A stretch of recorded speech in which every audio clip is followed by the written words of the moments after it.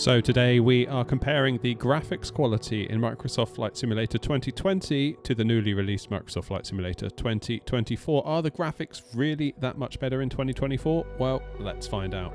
So we begin our journey in Madeira. This is a default airport, however it is handcrafted. It isn't payware, however it comes as part of a world update. But the point is, it is not an auto-generated airport. Starting out in 2020, looking out over the taxiway and runway, it looks pretty alright for a default airport. No complaints whatsoever, especially as we haven't paid for it. But when we switch to 2024, it kind of comes to life a little bit. Lots more trees there going on as they kind of sprawl up over the island. We're seeing a bit of an improvement to the taxiway and runway textures too, which is nice. How true to life these extra trees are is unclear to me, but it certainly looks very nice when you compare and contrast against 2020. Looking at the terminal building in 2020, and you can see it looks pretty good, especially for an airport we haven't paid for.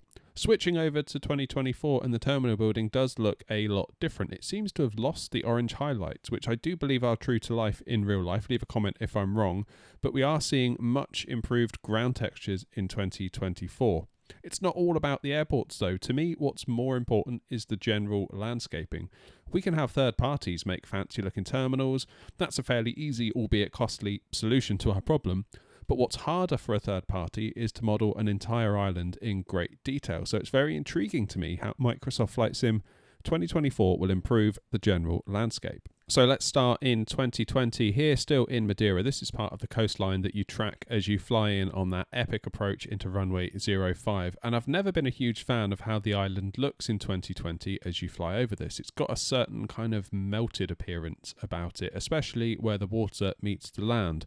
It's almost like they've taken a satellite image and then kind of stretched it over the 3D terrain model, giving this kind of odd look that we're seeing here. And as for the road there, well, yeah, the less said about that, the better.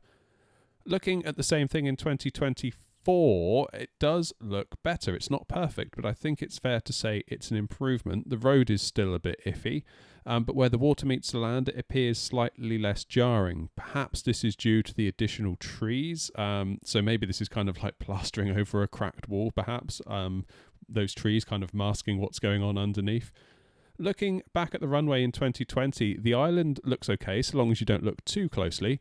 Though switching to 2024, it feels kind of way more lush. Those trees are really helping to give that full-bodied island look about it as we fly over. Again, don't know if this is true to life, but it looks pretty good from here.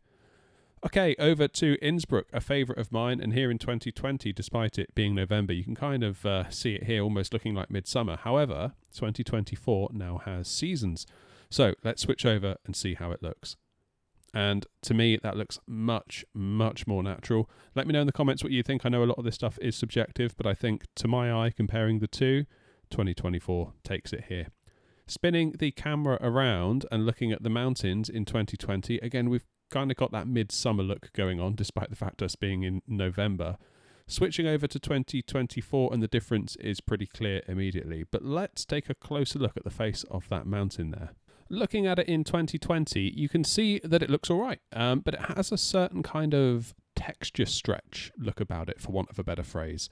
Almost like the height of the mountain is causing a texture to be stretched over it, and it's not looking so sharp as a result. However, switching over to 2024, you can see that the texturing is so much better on the face of this mountain. Not flawless, kind of the lower you go, where there aren't any trees rendered over it, it does start to look a bit iffy, but still a definite improvement over 2020, I would say.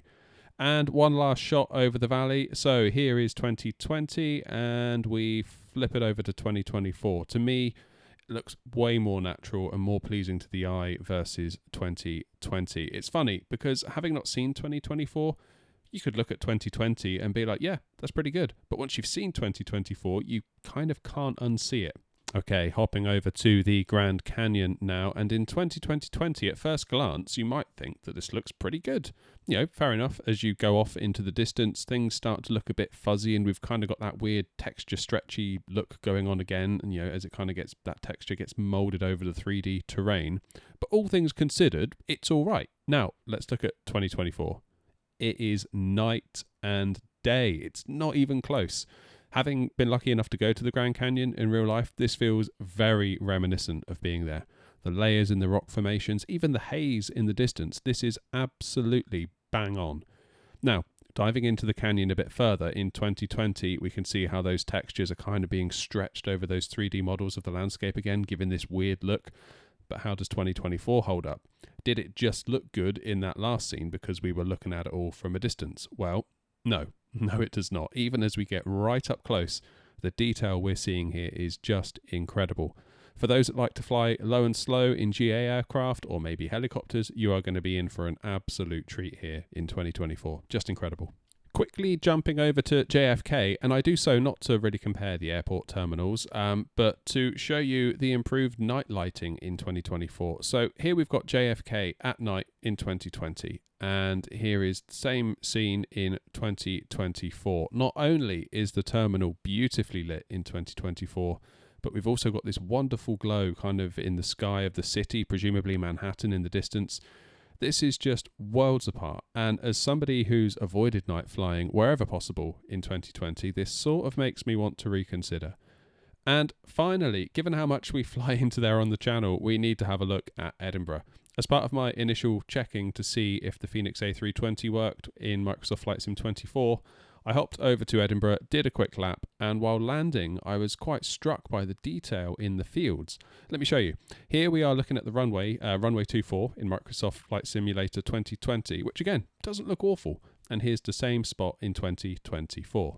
The detail on the ground really makes a difference when flying, in my opinion, and you can see it all the way down to ground level. So here's the ground level in 2020, and here's the same place in 2024. Again, just the detail is staggering. I think they said in a live stream prior to its release that the ground level of detail has kind of been increased by something ridiculous, like 4,000 times. I mean, you can really, really see it here.